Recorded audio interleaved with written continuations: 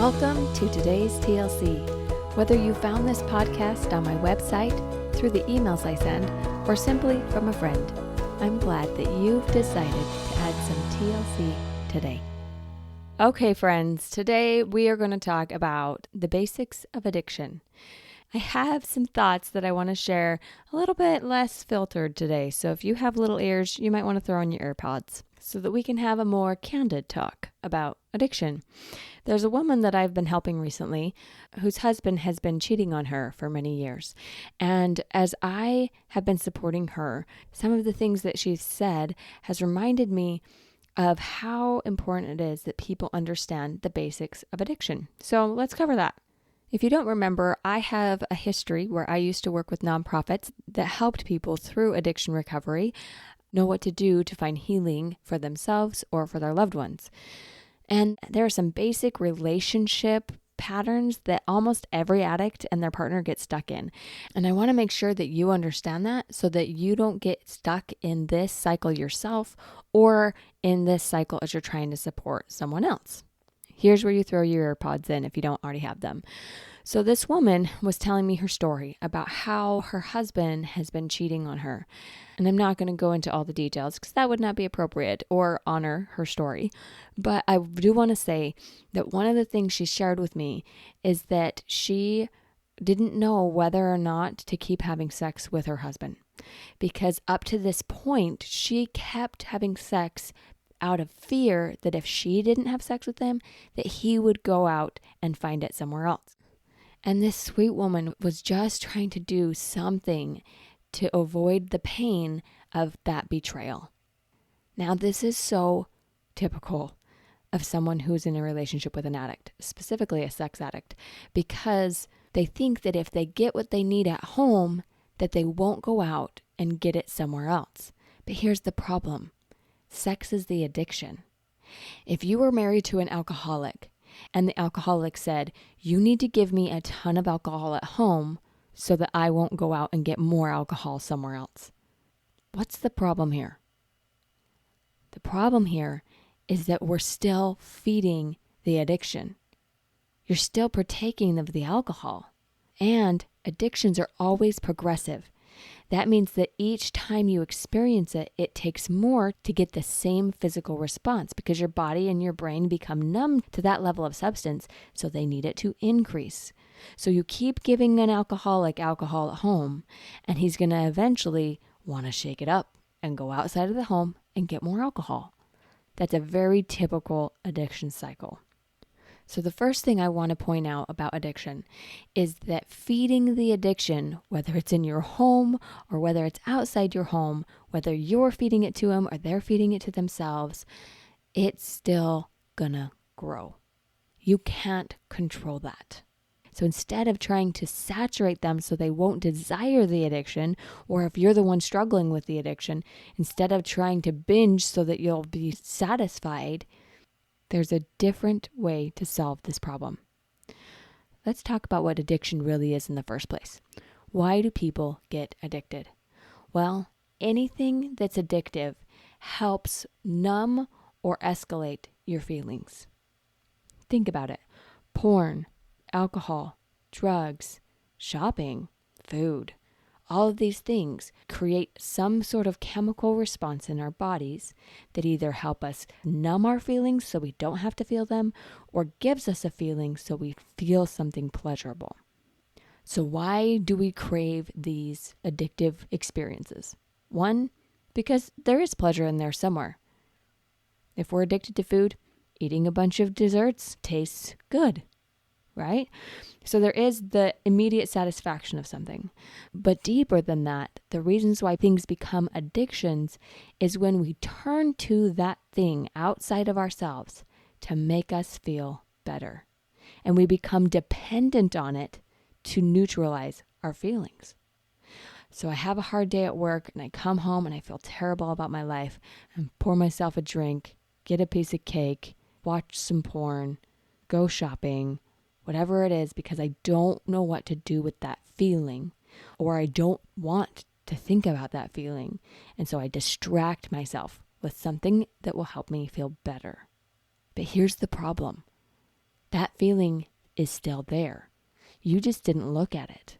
It's like taking that beach ball and pushing it down. I talk about this all the time, right? We're pushing that emotion down until it builds the pressure and then it hits you in the face. And then you have an even more intense feeling, a more intense desire to numb out or avoid it or replace it with something more pleasurable. You see the addictive cycle here? Going outside of ourselves to make ourselves feel better. So that's what the problem is. It's not that we don't have enough of the substance to satisfy us. It's that the satisfaction isn't lasting because you still have those feelings and you still have to take care of them or avoid them and create a whole bunch of mess along the way. Now, I want you to think about this from the angle of the woman that I was talking about earlier. Her husband is addicted to sex. He uses that in a way that numbs out his feelings about himself and about his life because he doesn't want to feel the hard feelings. He goes outside of himself and tries to make it feel better. Now let's think about that same pattern and ask yourself this question. What is the wife addicted to? She also is going outside of herself to try and feel better. She's addicted to the control of her husband. She's dependent on him and his behavior for her to feel better about herself. For her to feel okay, he needs to act a certain way. Now, I'm not saying it's okay what he's doing, and I'm not saying that she's the only one responsible for the experience that she has, but I am saying her focusing on him and trying to change him is what's making her crazy. It's what makes her feel overwhelmed and depressed and literally out of control because she's trying to control something that she can't, and she's addicted to that feeling of control. I see this all the time in loved ones of addicts because they're so afraid of feeling pain that they will do anything to avoid it, including going against what they feel is true and honest and aligned with their values to try and control their spouse from going and having sex with someone else, or looking at porn, or turning to alcohol, or whatever it is. They try and fit themselves into this picture-perfect view for their spouse so they won't want something else. Reality check. It's not about you. It's about their inability to feel their feelings and your inability to feel yours. So what do? How do we get out of this cycle? Well, it's actually really simple. People make addiction so much harder than it has to be. And yes, it is an uphill climb. And I'm not going to say it doesn't take effort. But the simplest answer to any addiction is this. Learn to feel your feelings. Learn to feel your feelings. If you can learn to feel your feelings and be responsible for your mental and emotional health, putting things in place that will actually help you feel better instead of temporarily numb the feeling, that is where the money is. That is how you heal from addiction or from the betrayal of someone else's addiction. Both this woman and her husband needed to separately learn what to do with their feelings. Then they would have space for more connection in their life. Connection to self, connection to others, and connection to God. I want you to think of any relationship that you have with someone else as a triangle. It's you on the bottom left side, the other person on the bottom right side, and then God at the top. The closer that you get to align your actions with your values, where you feel connected to God, you go up the side of that triangle to get closer to the top. Now, if the other person also chooses to go up that side of the triangle and get closer to God, then they will naturally get closer to you. The most loving thing you can do for an addict is to let them go, to give them the responsibility of their journey, and to focus on your own healing and connection to God. That is the way that you tap into that light inside of you and let it fuel you and heal you from whatever chaos has been around you. And guess what light attracts? more light. Naturally, the people around you, including whoever is in addiction, will see that light. And if they have any space for growth, any space for healing, they will start to desire it too. Now, you can't make that be your reason for getting healing, is to try and get the other person to then want to be healed too. You've got to find healing for you. You've got to let them go. Your happiness cannot be based on their actions. When you show up for you and you connect with God, the path forward will be so clear that you won't even question it. You'll know. So many times the women I help, the immediate question they ask me is, should I get a divorce? And I say, I don't know if that's the right path for you. But I know that if you get a divorce right now, you will take your current mental and emotional health with you when you go. And you'll just find somebody else that you need to act a certain way for you to be okay. And they'll just be in the same pattern because you are attracting that to your life.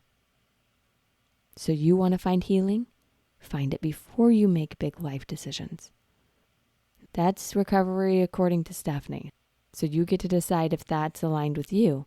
But from what I've seen with the women I've helped in the last decade, is that true healing, true progress, recovery from addiction that lasts only happens when each person lets go of the other person's journey and focuses instead on their own healing, their own mental and emotional health. If you're in patterns of addiction, or you have loved ones who are in an addictive pattern, stop trying to control your emotions. Let them teach you. Learn to feel them. Learn what to do with them. Have self-care patterns that help you heal and honor what you truly value. Learn to listen, to be guided by that light in you that says this is healing or this is damaging. I can't tell you if this woman should stop having sex with her husband, but I can tell you that the way that she said it to me was not aligned with her values. It was from a place of fear and control.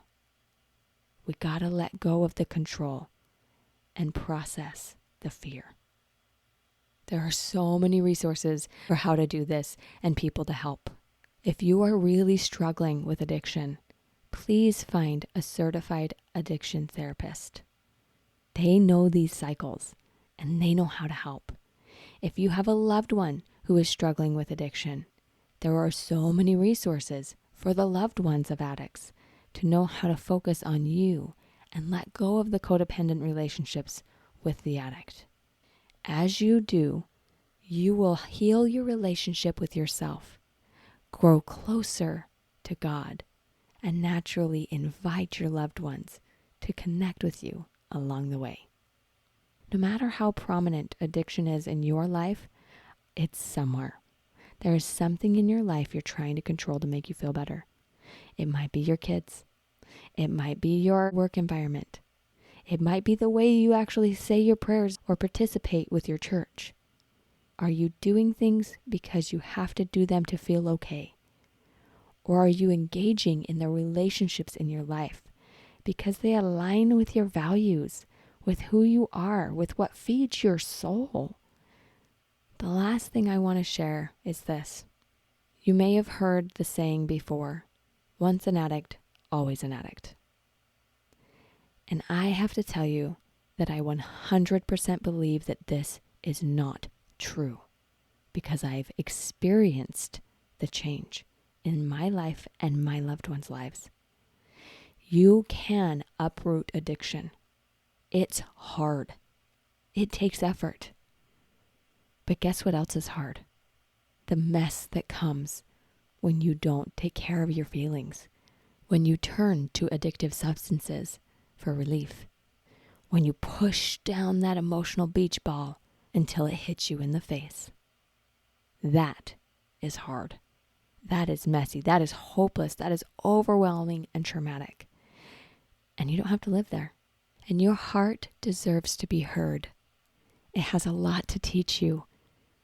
And it's not against you. It's helping you understand what you need next. Listen to that instead of the pull to addiction. One little step at a time. If you need more resources, let me know. I've got a lot of them. But the ultimate resource that matters most is listening to the light in you. God will guide you to know what to do next. I know true healing is possible, and I know that we can win this fight against addiction, one choice at a time. Life after therapy can be simple. Come learn how to think light, feel light, and live light at thelightcoach.com. I offer 5 free discovery sessions each week, and one of them is for you. Together, let's discover the joy that's possible in life after therapy.